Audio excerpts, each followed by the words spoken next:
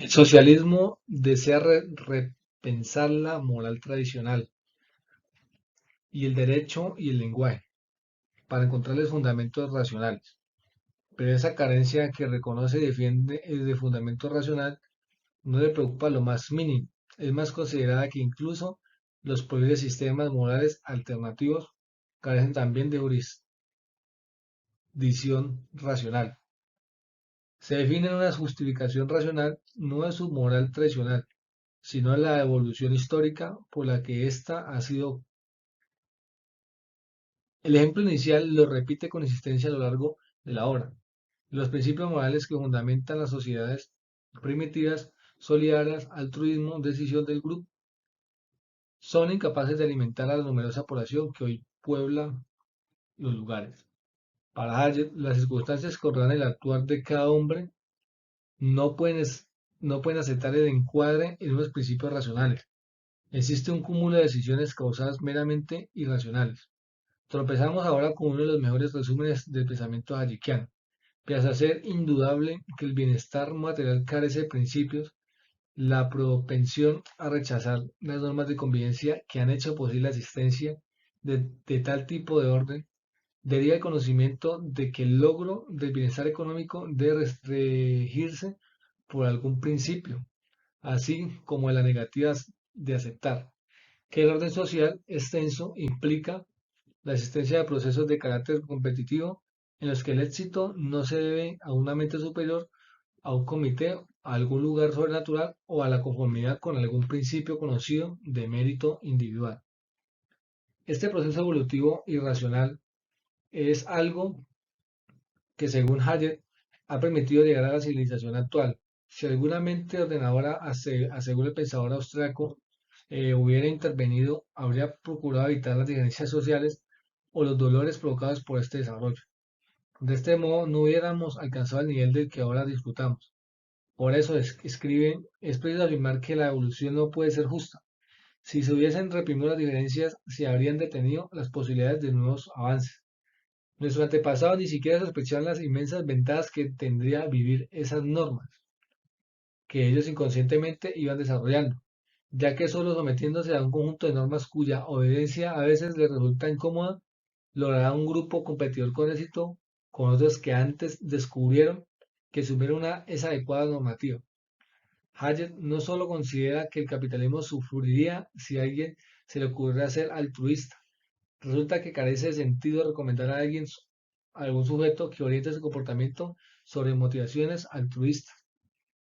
Como sorprendido por sus propias afirmaciones, algo más abajo Hayek matiza algo sobre sus tesis. No se sabe a cuento de que desde el punto de vista de la coherencia intelectual recomienda que sobre la base de los propios ingresos se dedique algo a la satisfacción de esa instintiva inclinación a atender las necesidades de nuestro próximo entorno.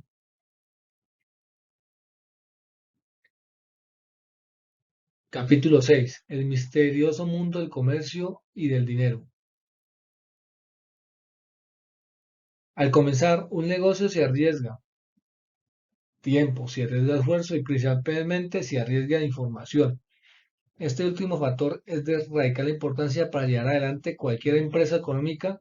Si alguien fuese pregonando a los cuatro vientos los secretos de un éxito económico, es evidente que muchos otros intentarían entrar en ese mismo sector.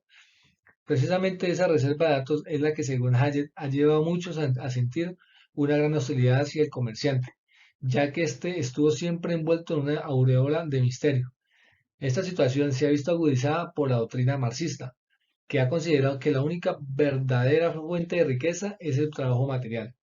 Por fortuna, continúa Hayek, esa extraña visión va siendo superada paulatinamente.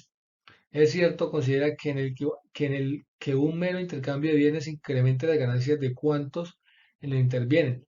Fue y sigue siendo una conclusión difícil de catar intuitivamente. Muchos continúan negándose a valorar adecuadamente ese esfuerzo meramente mental que caracteriza la actividad comercial. Es cierto, son palabras suyas, pero la creación de riqueza no es un proceso meramente físico ni reducible a una concatenación de efectos de relaciones efecto-causa. No depende de ningún conjunto de hechos materiales objetivos, sino el aprovechamiento de la separada y diferente información poseída por millones de actores, información que a modo de precipitado queda recogida en los precios que orientan las posteriores decisiones. Pero no lo es tanto que esa sea la única verdad, ni que se produzca una desdeñosa actitud de los intelectuales hacia esta materia. Para Hayek, ante el dinero, el hombre adopta una postura ambivalente. De una parte se le considera como un instrumento de opresión, de otra se le aprecia como salvaguardia de la libertad. El mundo del dinero y del crédito es sin duda una de las más complejos y sorprendentes, entre otras cosas, porque la economía es más un arte que una ciencia. Al explicar este y otros aspectos semejantes, Hayek demuestra su aguda visión cuando de cuestiones estrictamente económicas se trata. Considera que muchos niegan a la empresa su derecho a los beneficios y en la medida en que tales actitudes afectan al bienestar de terceros, solo pueden ser consideradas egoístas al imponer a otros un ascetismo que indefectiblemente los sumirá en la pobreza y en toda suerte de privaciones. Capítulo 7. Nuestro envenenado lenguaje.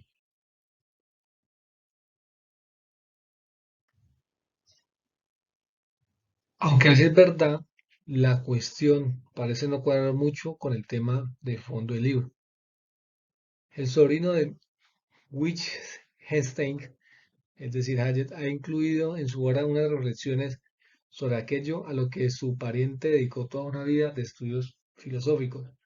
Comienza el capítulo, como otros, con una presunción: el comercio, las migraciones y la expansión y la amalgama de poblaciones no solo abriría los ojos a la gente, la harán también más lo cual. A partir de ese momento comienza un análisis de la función del lenguaje en la vida del hombre. De una parte considera la gran influencia que en la vida tiene el mismo lenguaje y de otra, como las expresiones que normalmente utilizamos están siempre condicionadas por nuestra propia concepción o interpretación de la realidad. Después de esos comienzos inocuos, Hayek pasa al ataque filosófico. Su interés por el lenguaje está en encontrar nuevos apoyos para sus principios. Un ejemplo del principio de término orden constituye un buen camino y un buen ejemplo de vocablo que antes de Darwin hubiera implicado la existencia de un acto personal. A principios del siglo pasado, incluso un pensador tan agudo como Jeremy Bentham no pudo en afirmar que el concepto de orden presupone un fin.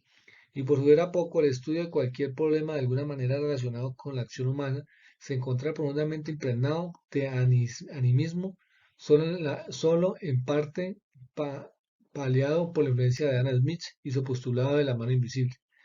El socialismo se convierte en pluma de Hayek en otra manifestación de este tipo de interpretación animística que históricamente adoptaron diversas religiones, cada una sobre la base de las respectivas deidades. Los culpables de todos estos dislates son para el pensador austriaco Platón y Aristóteles, y lógicamente las religiones globalmente consideradas para Hayek, Platón y Aristóteles no entendieron en absoluto la existencia de un proceso evolutivo.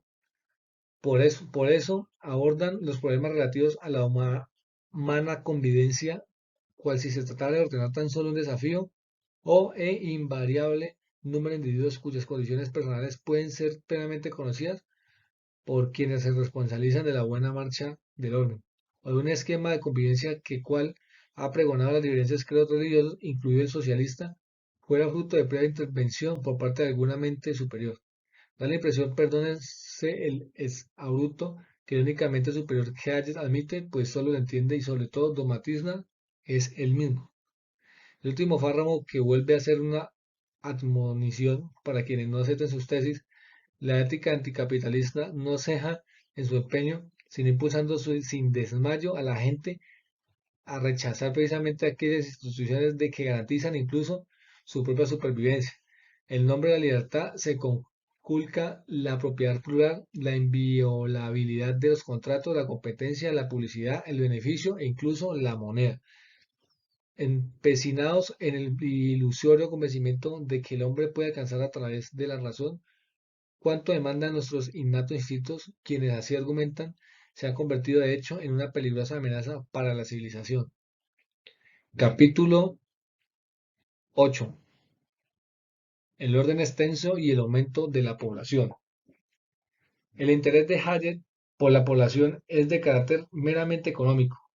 Es importante hacer esta precisión porque algunos autores partidarios del respeto de la moral sexual han echado las banderas del viento tras leer lo que Hayek dice al respecto, sin detenerse en el por qué lo dice.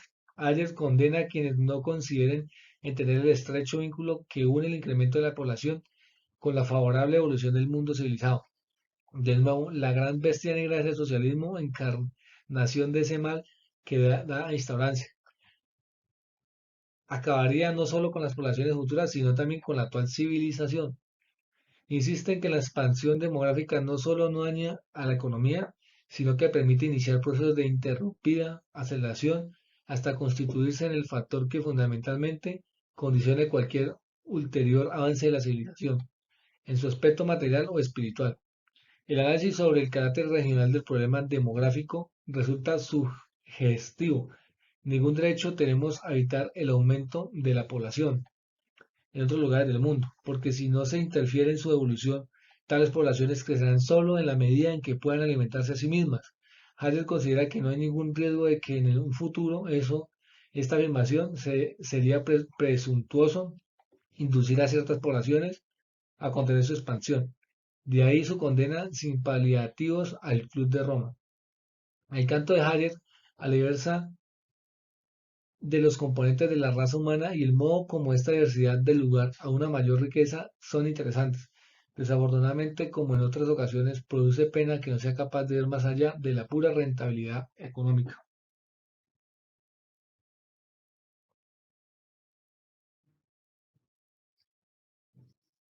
Capítulo 9. La religión y los guardianes de la tradición.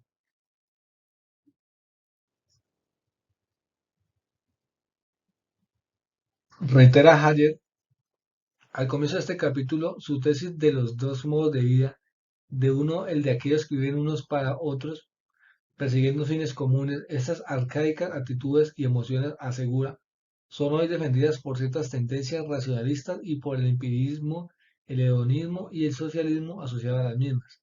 De otro lado, el capitalismo es decir, es un sistema en el que no tenemos por qué, incluso hay que decir, no debemos preocuparnos por los demás.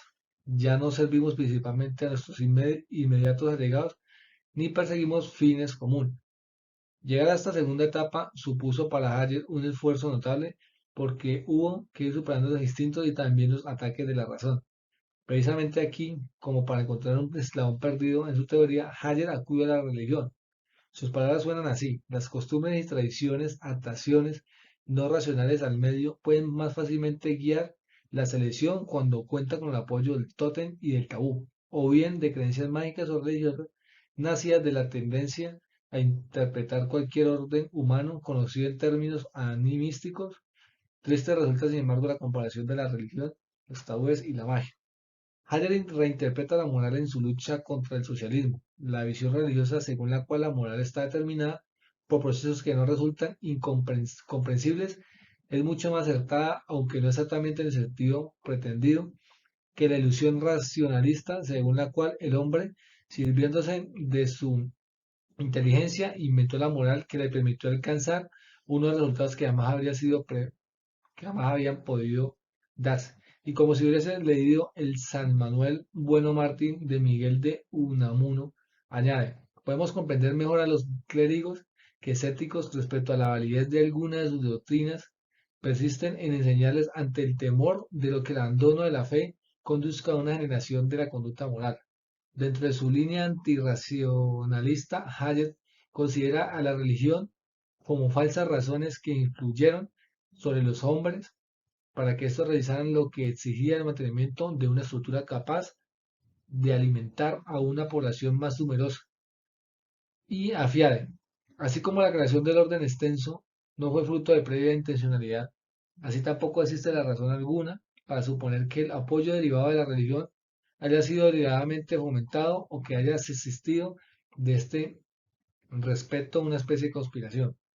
La fatal arrogancia concluye, en fin, con una nota personal de una parte. Afirma que considera que Dios no es sino una personificación de una tradición de la moral o de los valores que hizo que un grupo pudiera sobrevivir. Por otra, asegura que en definitiva la fuente del orden de las religiones ascriben a una divina concebida antropomórficamente.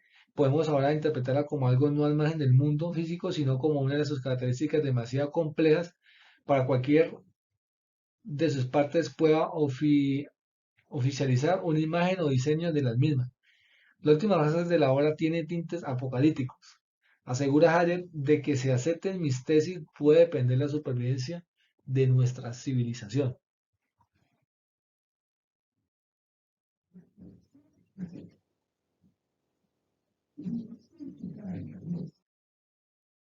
Bien, estas son las referencias bibliográficas. Nos basamos prácticamente en el libro de la fatal arrogancia, los errores del socialismo, escritos por el autor Friedrich Hayek. Muchas gracias por su atención.